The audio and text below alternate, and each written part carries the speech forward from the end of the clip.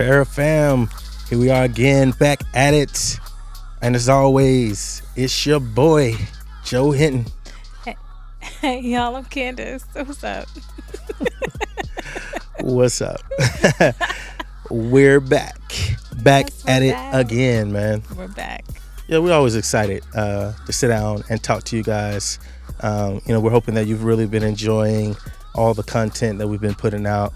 And, that you've been with us along the episodes. We feel like we've been having some really great conversations. Yes. We're really, hopeful that it's been a benefit. Mm-hmm. Meeting you right where you're at, Yep. helpful, Yep. adding value.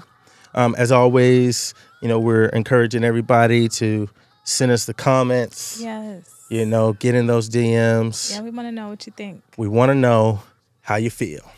All right. So today we're going to have yet another conversation. We've really been talking about like the power of relationships, the different types of relationships, the different dimensions of relationship, Right. the value of relationship. And it really got me thinking about how I think we all struggle with a question, Yeah. It's just this question about like, where do I fit? You know? Mm-hmm. I think each person was uniquely made.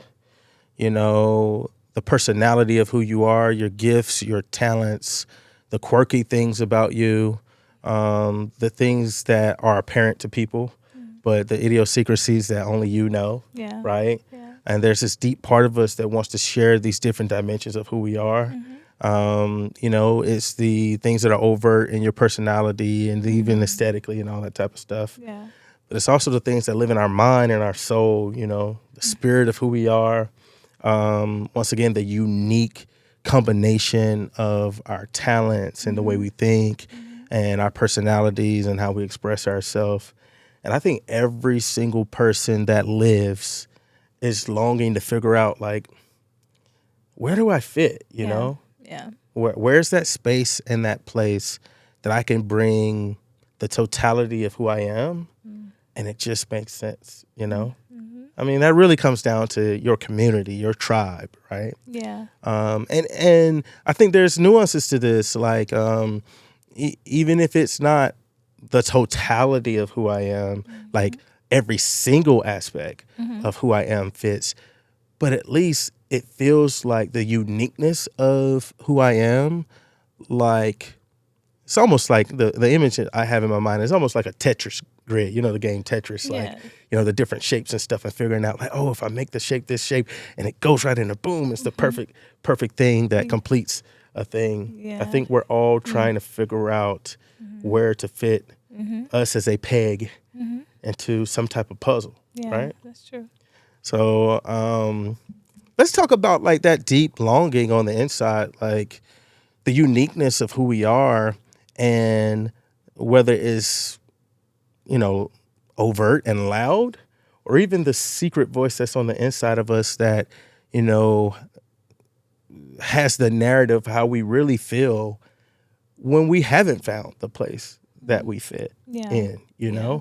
or even if we're just partially fitting, but there's this deeper part of who we really are that wants to find its place of belonging. Like, let's talk about that. Like, have you ever felt like that? That the person of who you are, you were searching for, man, like, where can I bring the best of who I am or the totality of who I am? And it makes sense and it's value. Yes, I definitely have felt that way personally. And then naturally with this concept, I'm thinking about seasons. There's been several moments of time that I felt like, man, where do I fit? And I don't know that, in different seasons of life, I've always asked myself the question, where is the place that I can add value?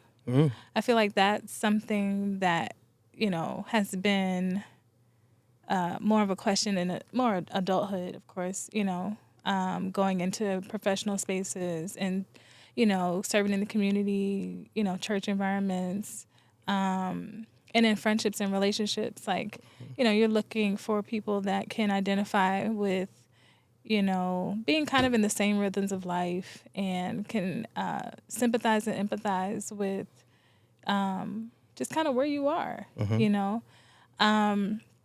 It does make me, this question makes me look back over my life and think about how when I had the question of where do I fit, I eventually always found a place. Or places, like you said, it can be divided between, you might find a certain part of yourself fits in a certain place, and then other parts of yourself fit in other spaces, and then the combination of those environments help you express the totality of who you are. But ultimately, I think God, by His grace, has always allowed me to find my place in each season. Wow. So, I mean, I think there's a couple of layers inside of what you said that I hear. And I almost look at it as an evolution of awareness about fitting in communities, Yes. because you talked about just seasons in general, different phases of our lives. We're in different places and we evolve too. And we're in different places and stages of our personal evolution. And the context of our awareness of ourselves informs our sense of who we are and what we even bring to the table and what we expect people to be able to acknowledge, embrace, and value. But then it sounds like as you matured and went through seasons, your clarity about what your value was in the season you were in and the specific value you bring to various environments begin to like shape and inform your expectation. And I would assume, with that awareness, there became more intentionality about targeting what you're bringing to environments in context to the value. Yeah. But then, of course, the value of who you are has to be received, right? Right. Yeah. So that's big. So let me start at the stages that I hear. Okay. Once again, I mean, I think God made all people to be communal. I think there's an innate nature in us to desire community. Yeah, for sure. Because, I mean, I think everyone is amazing in their own right, right? But I think that amazingness gets experienced in the context of others being able to receive it in forms that they need. Because I think every person that was birthed, they're a solution to a problem. So their unique makeup, their gifts, their talents, their way of thinking, their strengths and their weaknesses, it was intentional to solve some problem that the world has realized, and that person is the answer to it. It just takes a certain awareness. And then I think it takes divine, orchestration and intervention to guide our lives to the right environment so that we could bring the solution that we are to the environment. Right. But even once we get to the environment, there takes a certain consciousness. It takes an awareness of us identifying the needs that are there and what we have to bring to the table to meet those needs and to solve issues. But it also takes those in the environment to perceive what it is that you are and what it is that they need and what you uniquely bring to the table, and then place value on it, right? Yeah. Perception brings about reception. Yes. Often if, you don't perceive or even people don't perceive, then neither parties will receive what the environment has to bring and what you have to bring to an environment and all those type of things. So I think it's that intersection of the perception and then therefore the reception, right? Right. And I do think at different stages of our lives, we get to higher levels of awareness, Right. And consciousness about that, right?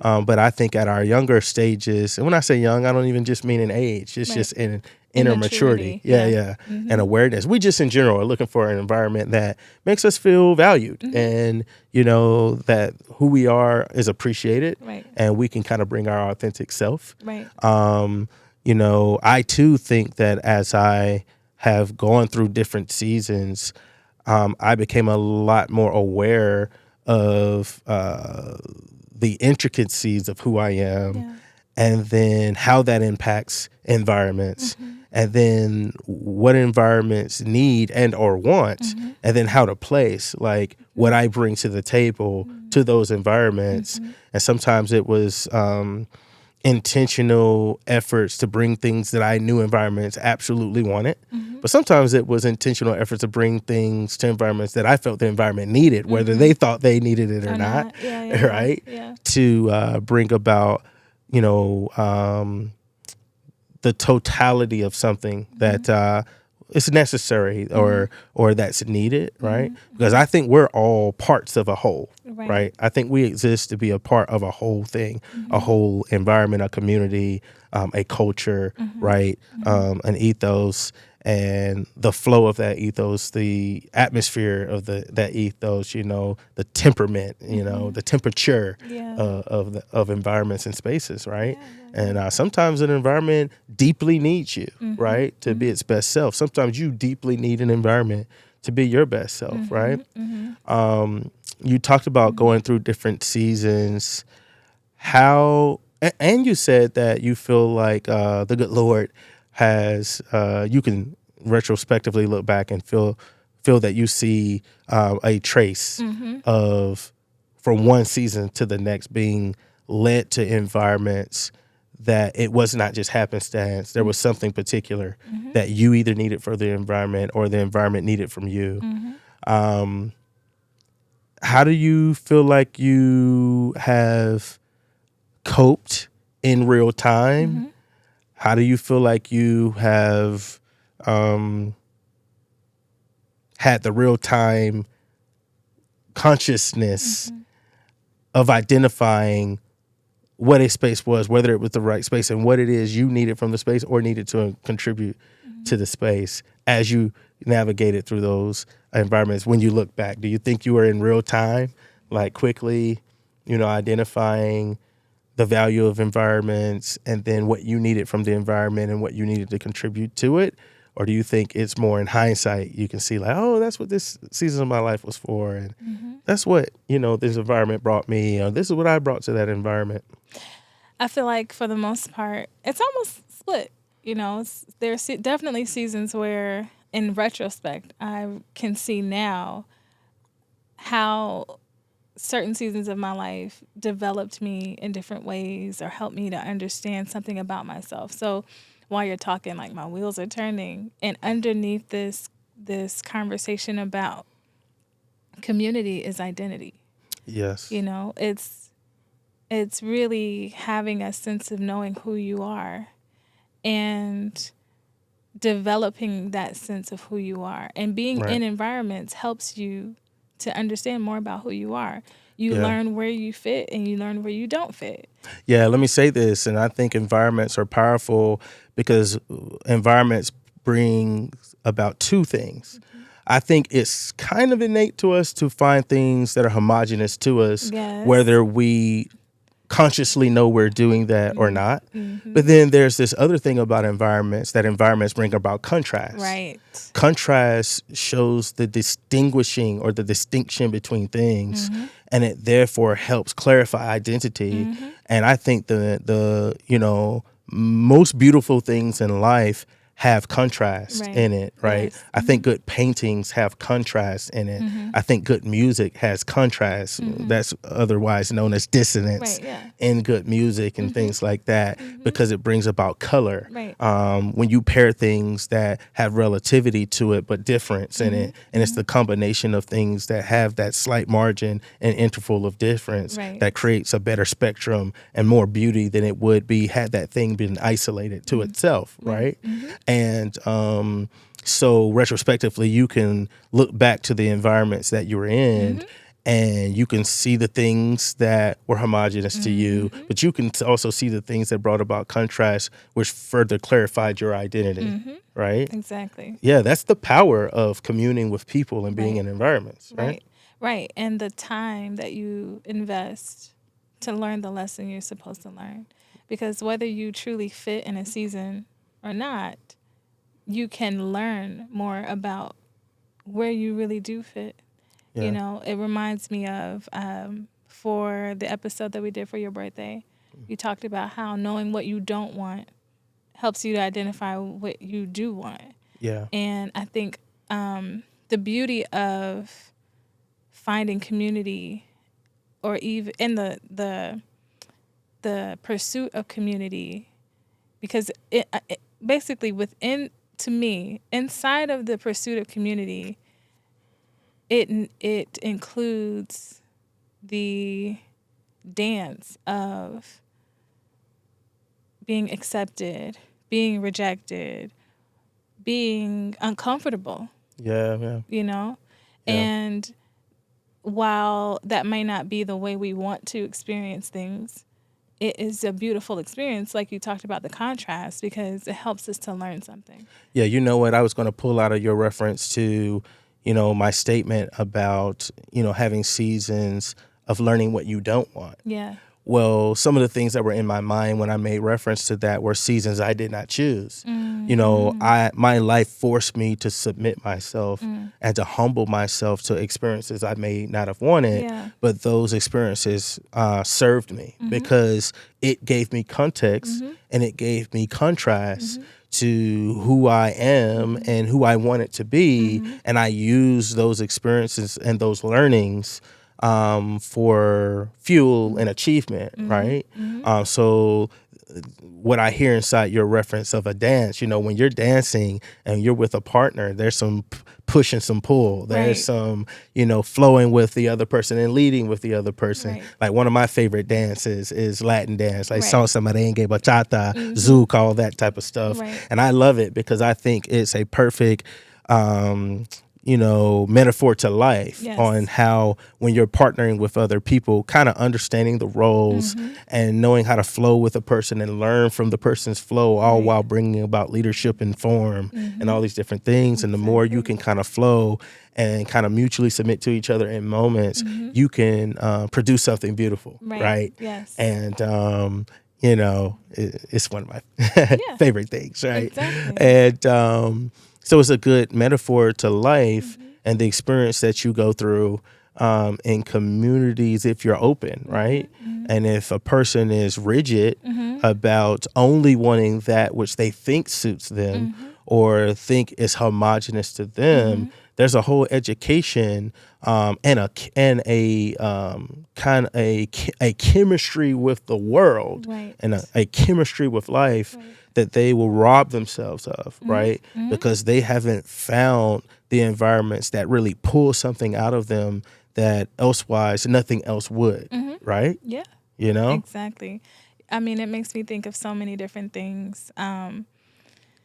Even your reference to dance, thinking about even the concept of homogenous, the environments of the seasons that I feel like added the most to me were ones where I encountered people that were very different from me.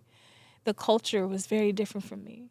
And because I grew up military, I think I always had an appetite to experience cultures and languages and arts, and even with music, I love to study classical music and opera and all the different languages. I'm very much into all of that.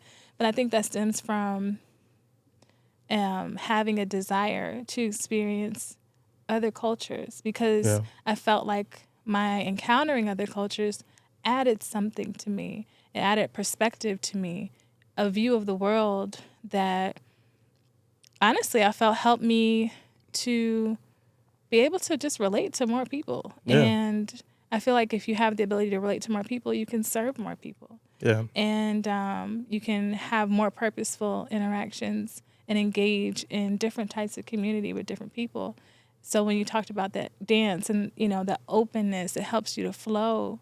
And I think the originateness robs you of like a beautiful experience. Yeah.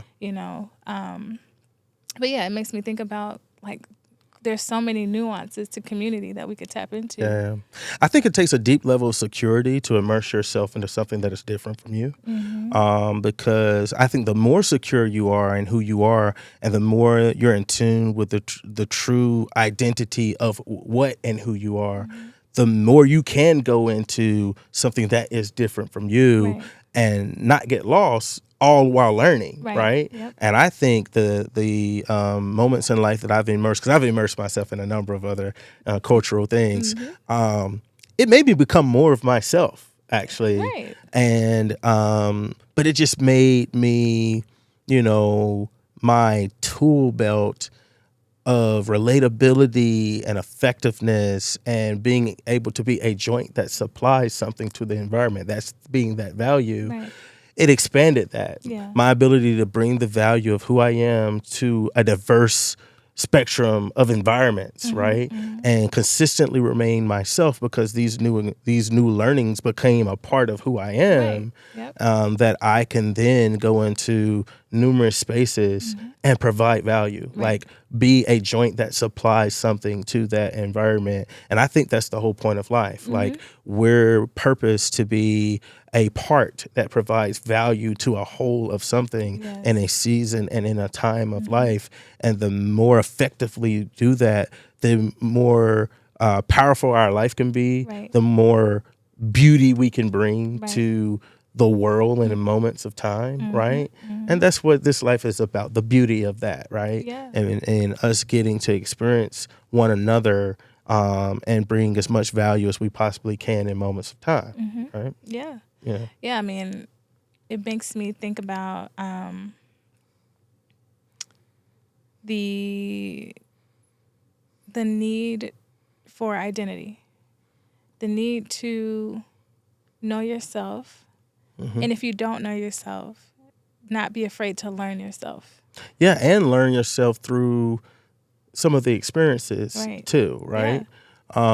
Because I think, you know, even when we do think we know ourselves, rigidness helps us not truly learn aspects of ourselves that we may not be aware of. Yes. I think environments and the needs that are in environments will cause people to place a demand on a facet of who you are. And it's when you avail that to serve the need of the environment that it really amplifies and magnifies something in you that you might not have seen for yourself. Right. Right. That's true. And that's really, I think, the most beautiful part of life. Because if you're just living life and you're just going on from day to day, but there's not a demand for who you are, you know, there's not an appetite for something that only you can bring to the table and that is comprised within your being, there's a piece of life that's missing. But I think people come alive when they find an environment and there's something that they uniquely bring and there's a demand for that thing. And just by them, you know, walking in the thing that's only on them or only within them, it brings about a fulfillment because you know there's a necessity for you, right? Yeah. There's a necessity for what it is you bring to the table. I think it gives life purpose. I agree with you. But I also think that it can be easy to not lean into being in an environment that a demand is placed on you. So we're going back to the idea of the rigidness, you know, being complacent, being comfortable, or even being fearful, Yeah. you know, can make a person miss out on the opportunity to put themselves in an environment that they might not even know that they're needed, you know? And so in this conversation about community, you know, I really want to kind of reach out to or encourage the person that doesn't know who they are, you know, hasn't found that fulfillment yet, you know, maybe feels afraid of rejection, afraid to put themselves out there, afraid to feel like they may not be valued, to just basically encourage them to say, try it, you know, Yeah. try it, put yourself in an environment, you know, even if it's just one or two people, you know, it doesn't have to be a huge thing, but you never know what you may have to offer Yeah. people. And if it just stays hidden, then people won't be able to receive the benefit of it. You know, there's the scripture that talks about a light being hidden. I think it's under a basket. Yeah, under a bushel. Under a bushel. You know, if you hide your light under a bushel, then people can't receive the beauty of that light. Yeah, it won't light up the whole house. Yeah, it won't light up. It'll just be dark. It'll be boring. It'll Yeah. be without elimination. And I think there's moments I'm sure every person deals with and encounters where we have to make a decision to not hide that light. Yeah. Yeah, I think that plays into, the statement you made about seasons. Mm-hmm. Because there are seasons people are being rejected. There are seasons that there is a little bit of a tension between who we are. Yeah. And but I think that, it's not a one size fits all, but there's a number of different seasons, and I probably couldn't list them all.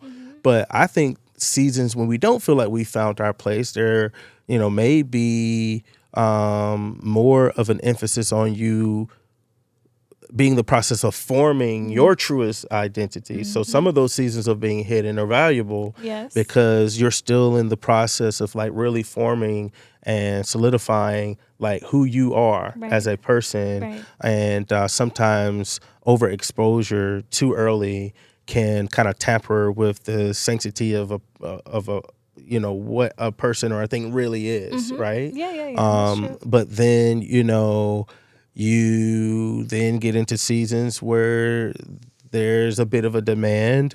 And even if you're not fully formed, having the confidence and the bravery to try a new thing can actually help refine Right. some aspects of things that you feel are already formed, because getting that trial and error and that contrast and all those different things helps you to further refine, who you are, right? But then there's these seasons to where, depending on your personality makeup, where there's a major demand placed on who you are as a whole or a facet of who you are, and those that may, be a little apprehensive, and have a little anxiety around it. That's where your encouragement to try it, Right. Just don't be afraid. Yeah. Don't be afraid. Yeah. Because you have to have confidence in the value of who you are and what it is you bring to the table, and how there are environments that desperately need you, even if they don't know that they do. Right. Exactly. And, and then there's those seasons where we very clearly know, like, oh, yeah, I know why I'm here. Yep. I know what's happening here. I know what I'm bringing to the table, Right. and all those types of things. And, of course, that always kind of feels good. But I think we ebb and flow between these, different seasons, right? Yeah. Let's talk more to, the person that hasn't found their place of belonging, and they may even secretly be slightly struggling or like longing for that, right? They may didn't realize they were longing for that until they're sitting here listening to this conversation. Right, Like, right. sometimes in life we can have a feeling in this until someone puts words to the sentiment. We're not able to clearly identify the thing until we're saying, oh yeah, that's what it is. That's exactly what I'm feeling, right? The uniqueness that each person is. I know I've had seasons of inwardly knowing the uniqueness of who I am and the facets that come along with that, and there were seasons of feeling a bit of tension and a struggle as a whole to like, man, where do I really fit and where can I bring who I am? And then that evolved into understanding the components of who I am and then learning how to compartmentalize pieces of who I am so they can serve different environments, right? And then that's evolved into really mastering those components to maximize and optimize, bringing predominantly the totality of who I am to most environments, but just knowing how to manage that. But all of that is in the pursuit to ultimately get to a point where, hey, I'm just me. This is who I am. This is who I am. This is what Right. you get, and it being in an environment that I'm valued Yes. and can be who I am and bring what I bring to the table, right? And these Yeah. things happen over time, Right. and I can empathize with the emotions that one goes through when they're going through those seasons. Because once again, I think every person longs to be valued and longs to find their space and their place in their tribe. And not everybody's able to voice that feeling. Right. Right. Right. That's true. Yeah. That's true. And I think within that, it can be easy to settle for something that you also know is not quite where you fit. and become someone that's not quite who you really are right? in an effort to, have some Yep. semblance of community. Exactly, which is a major mistake Yeah. because you waste time. And everyone, I believe, if you live long enough, at some point, everyone has made a decision or has gotten either made the decision or realized, like, I'm wasting time. You may not have known it in the moment, but while you're looking for the thing that you actually fit in or the community that you actually fit in, realizing once you do encounter the community that more resonates with who you really are and you find yourself planted and also fruitful, being able to separate yourself. And in hindsight, I know I have definitely experienced this where in hindsight I'm like, oh yeah, that wasn't really my community. That's not really who I am. And again, you learn through seasons and times. And I think it's one of the main ways we figure out who we are. Well, yeah, I mean, your reference to being planted, right? One of the powerful things about seeds is there's a couple of factors, and it is season, and then it is environment. You can take the same seeds, Yep. but if you put the right seed in the wrong environment, its fruitfulness will be minimized Right. and cut off, right? Exactly. But if you put that same seed in the right environment Right. with the right level of, nurturing and all that type of stuff, Right. man, it could like bring about like a significant level of fruitfulness and all that type of thing. And so that is very critical. And I think that's really what it's about. Like, it's about our lives bringing us to a place that, the right environment, the right connection with the right substance and the right people resources and different things of the sort should bring about like a fruitfulness and like a multiplying, right? Because I Yes. think when the right people come together, what it does is it like multiplies and amplifies your gifts in a way, and the uniqueness of who you Right. are in a way that can really be powerful, Right. right? Absolutely. And I think that's the point of life for sure, Yes. right? I agree. It Yeah. just the right combination of locale and people and temperature and season and all that stuff, man, can just like bring about a great level of abundance in life. And abundance not in the sense of just like stuff and resources, Right. but abundance and like a fulfillment and purpose and just chemistry and harmony with the world around you Right. and meaningfulness of purpose and service and all these things. Yes, for sure. Yeah. Everything working together. Right.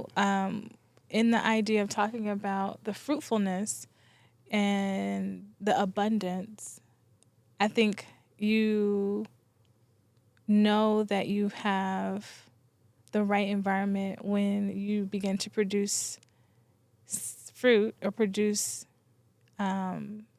value that other people can draw from. Yes. That other people can eat from. Yes.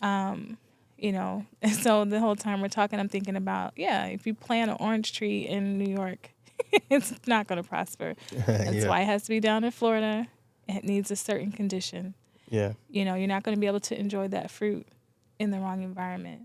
And so there's levels and layers to community and finding the right community, you know? So there's community for the sake of community, and there's community that actually is the right environment to be fruitful and productive.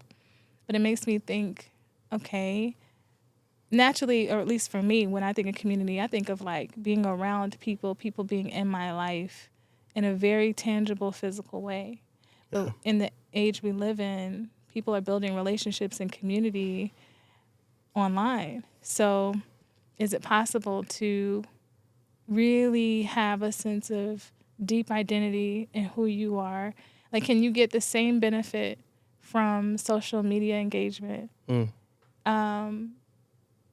as you would with interactions that you have in person and helping you to find and figure out who you really are or who you're not. Well, listen, I mean, I think it's a bit of an experiment that we're going in. I think we're all in one big experiment. I think life Yeah. is an experiment, but we're in a season of time of experiment. Yeah, that's And true. I think whether COVID initiated it or whether COVID was just kind of lighter fluid on something that already was transpiring, we're exploring on a deeper level the use of technology and tools to create new environments that may not be physical, right? But I think it's the value that we place on it. I mean, let's take this medium that we're doing right here. Right. You know, we keep encouraging everyone to give us feedback Yes. and, you know, Right. hit those DMs and things Yes. like that, Yes. because our interest is not just getting on a microphone and cameras to pontificate.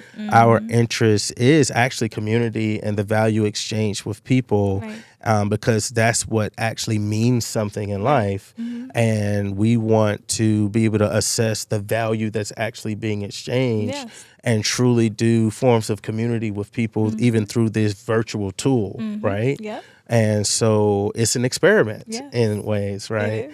And, you know, the hope is that as the world is engaging more of the technological tools and these virtual spaces, that the impact of physical community is not lost, Yeah, right? yep. Because even when it pertains to whether it's just friendships or dating and things like that, Right. you know, because the world is opened up so significantly just because we have technology. So we conceive that the world is closer than it really is. Right. Like, because I have social media apps and things like that, I feel like, oh, you know what? I can touch Africa with a click of a That's button, right. right? Yes. It then changes how I engage what's right in front of me, Right. And there are pros and there are cons to that. And if we're not very conscious and we don't live a life focused on value contribution, especially to what's right in front of us, we could be losing great opportunities to, you know, provide value, receive value, let a demand be placed on exactly who we are, placing a demand on the value of others that are right around us so Yeah. that something beautiful can transpire, right? Yeah. And something transcendent can take place Yeah. because of that awareness, right? And that consciousness. So, you know, I don't really have all the answers, but I do got the questions, you know, Yeah. meaning I think we're going to all, once again, be able to retrospectively look back and see the impact of this current experiment on communities that's Right. happening Yeah. as we speak, and we are participating in that through this, right? Exactly. We Yeah. are. And I think, you know, now my mind is going and thinking about the different ranges, right? Because I personally feel like I can see how, based on how I engage social media, how you can build community through it or feel like you're a part of a community. But at my age, I already have a sense of identity. I have a sense of what I want to see, what I like, what I don't like. Yeah. You know, I have some things that are defined for me. But for a generation that's coming up that doesn't have that sense of identity yet and still trying to figure that out, you know, it will be interesting to see, Yeah. you know, what that looks like for them in the future. Yeah, I'll say what I think I hear underneath what you're saying, which is I'll just explicitly say that there's some things that can only be gained through human personal engagement with people. Right. And there's a value on that.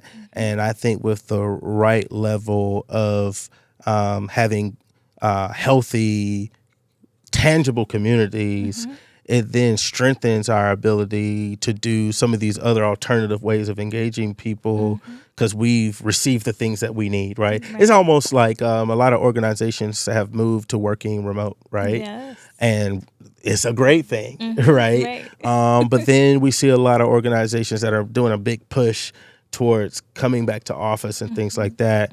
And it's this tension between the value that those feel are gained by being together, physically together, to knowledge share and exchange, and you know, do all the melding of the minds and all that, and just the relationship building and rapport building that happens physically. But then there is the efficiency and the value from the remote component, and I think it's all hinged on the maturity of those participating in the work model, right? Yeah. And you know, So it's something that I think leaders are juggling, Right. every day and trying to figure out the right mix and the right blend, right? Yeah. And then you talked about the generations and as well. Well, different generations have different expectations too, Right. and their expectations and their minds are shaped differently, and the Right. culture is evolving, right? Right. And knowing how to navigate the evolution of culture, is something we're all dealing with in some form Yeah. or fashion, Yeah. right? It's made a major shift Yeah, that but the we're hope living in. is the value is not lost Right. in the process, I right? hope not. Yeah, Yeah. yeah, I hope not. And I think for me, that's why it's important for us to do this, yeah. because it's a way to insert that value and bring that sense of community, into that ethos. In any space. Yeah. Yeah, yeah. Yeah. It's taking the limitations off of where you can bring the value of community and connecting to people, taking those limitations off and bringing it to anywhere and anyone who wants to receive it, right? Yeah. So, I think a great takeaway is that there's something that only community can do because it creates environments that can place value on the uniqueness of who we all are, but how that value contributes to a collective interest. And then with the right perception, ideally the uniqueness of who you are is received, right? And, after you're perceived, you can be received. And then what it will do is amplify, and multiply and bring to a place of abundance Right. the value of who you are, Yeah, right? yeah. And then as that's done to different parts of the whole, ideally it becomes an environment of abundance Right. that many people can receive from and many people can, eat from the trees of the fruitfulness of that environment, right? Yeah, for sure. Yeah. Yeah. I would agree with that. And I also, I'm just thinking about the tenets of community. Like, Yeah. What would you say are the tenets of community? Like, what makes community, or how should people evaluate where they fit? Yeah, so the first thing about community is just dwelling with people, right? And placing placing a value on people, taking an interest in other people and who they are, what they are, and what their needs are, right? And having an intention to kind of dwell and connect with others in a positive way, right? And then I think that intention creates the opportunity for, through the experiences, light to be shed on where you are, homogenous, but then where there is contrast. Yeah. And then that gives an opportunity to make an even deeper decision to say, oh, okay, I see where there's contrast. Well, how can I appreciate the differentials Right. between who I am and who another person is?